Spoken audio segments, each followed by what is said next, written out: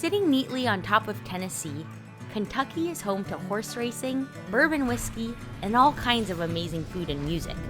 Not to mention, more than a few trails. We are headed to Louisville, right on the upper border with Indiana. Looks pretty green for a bluegrass state. Coming from the south, we're passing by Cumberland Falls first. Felt like I needed a breath of that fresh Kentucky air.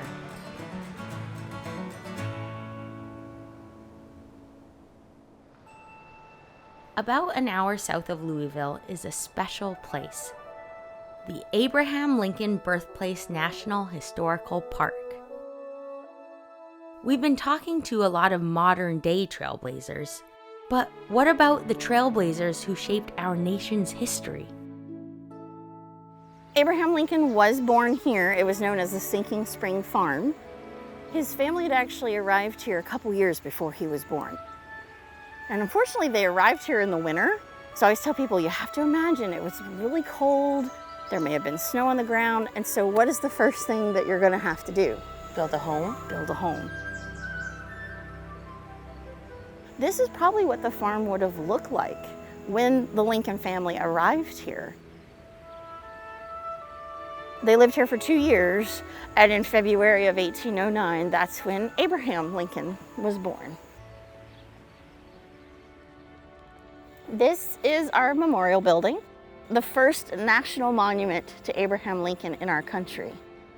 This monument predates the Lincoln Memorial by about 11 years. This is a traditional frontier cabin, 16 by 18 feet. You would have had one door, one window. It dates from the 1840s, and it does come from a local farm. So it is from LaRue County, or the area where Lincoln would have been born.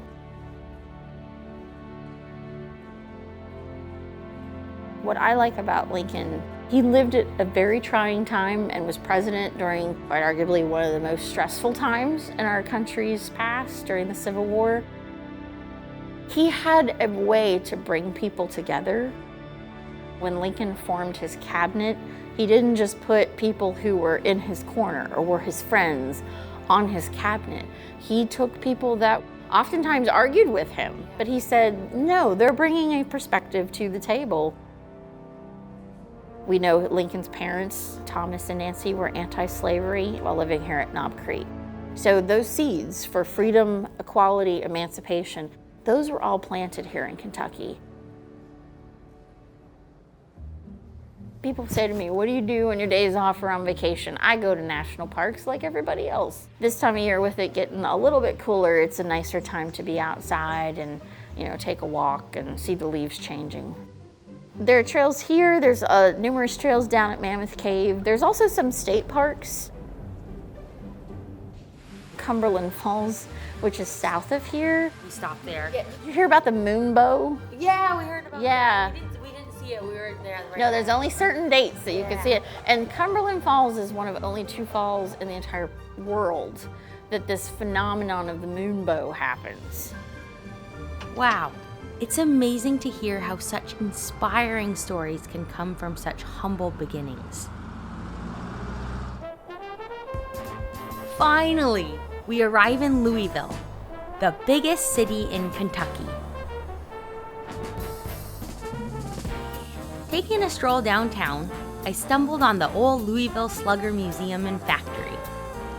Let's take a peek.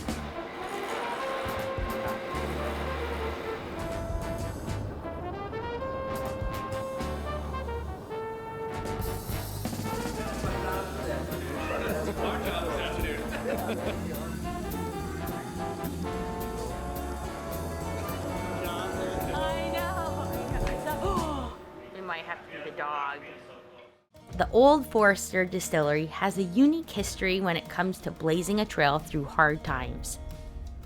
Old Forester, we were founded back in 1870 by a man named George Garvin Brown. He was a pharmaceutical salesman, and the drug that he was selling was bourbon. Because back then, you have to think, this is before a lot of modern medicine that we take for granted today. Bourbon was your cure-all. That is what your doctor would actually prescribe you if you were feeling sick. The big thing was prohibition. So when that temperance movement, the Anti-Saloon League, finally got their wishes and the 18th Amendment was passed, alcohol was made illegal. You couldn't buy it anywhere in America.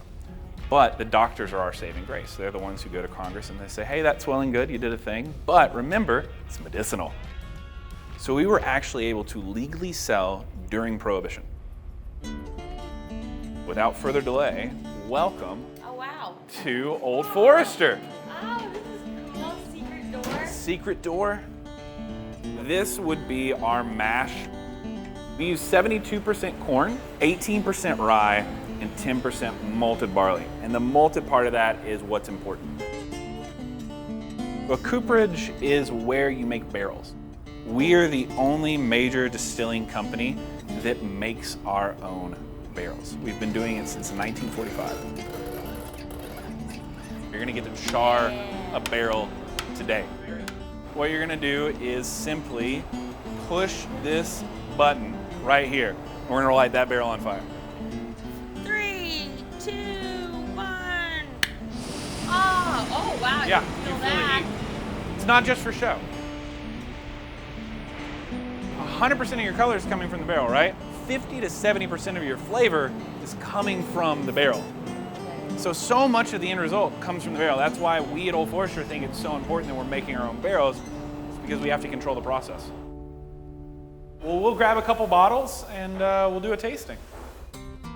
This is our Whiskey Row series. Each bottle kind of tells its own story, so we're gonna start from left to right on our stave. 1871. So if you want to go ahead, we'll grab the little glass. Okay.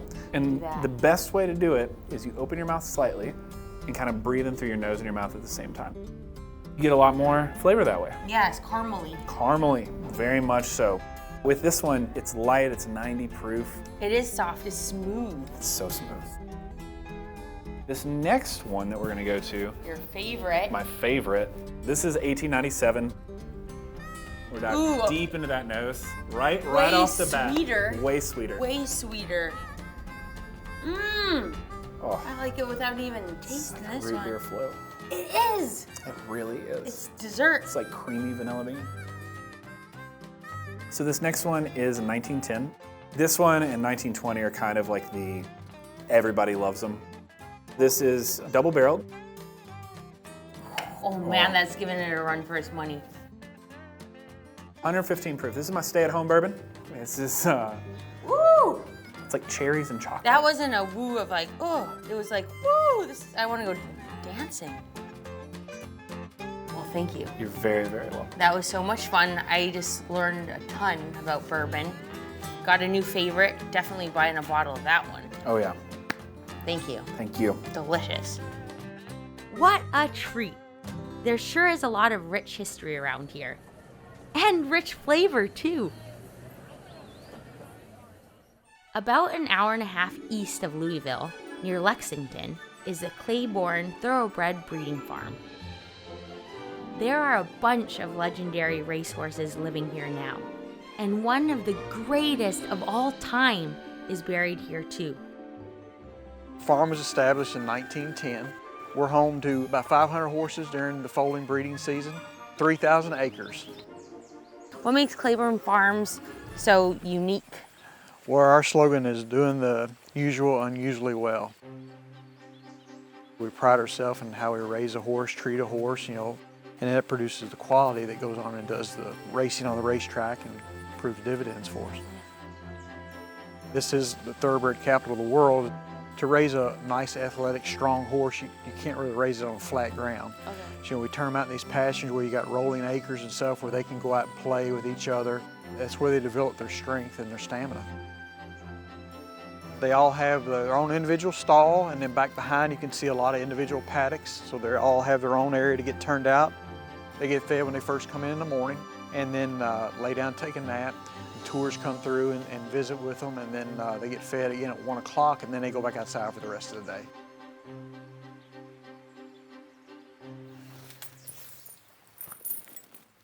This is Silver State. Bradley's bringing him out to say hello. Oh, beautiful.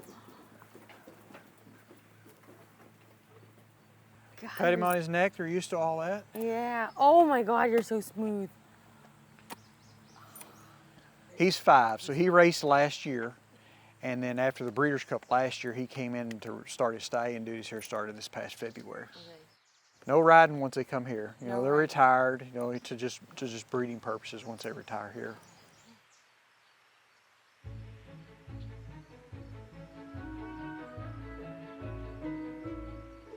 Right up through here and going to our cemetery, got Secretariat here. Very special to us, big fan favorite. He has a big following. The tours come through at 10 and 11 o'clock every day. The stall, the paddock, and the gravesite are 3 of the biggest attraction and photo opportunities that people want to take advantage of. In 1973, he won the Triple Crown, and he still holds the record for the fastest Kentucky Derby. He won the Belmont Stakes by 31 lengths. And a length is a length of a horse. So the closest horses to him was 31 lengths behind him. And I think that's what kind of made him a fan favorite. You know, everybody watched that race and they were like, this is the greatest race of all time. They're on the turn. Its Secretariat is blazing along. The first 3/4 of a mile in 109 4/5. Secretariat is widening now. He is moving like a tremendous machine. Secretariat has opened a 22-length lead. He is going to be the Triple Crown winner. Here comes Secretariat to the wire. An unbelievable, an amazing performance. Secretariat has accomplished the unbelievable task of breaking the 1.5 mile record by 2 3/5 seconds. That is a record that may stand forever. It's very special to see a horse run in the Kentucky Derby or win a big race or a Breeders' Cup race. You know that you had a little hand in that, raising them and getting them to the point to where they are. These are magnificent animals, trained to be the best in their field. Talk about blazing ahead of the competition. And all of the people here have a beautiful spirit too. But our time in the eastern half of the United States has come to a close. Next time on Trails and Trailblazers, the great journey west begins as we chase the horizon 1,300 miles to Taos, New Mexico.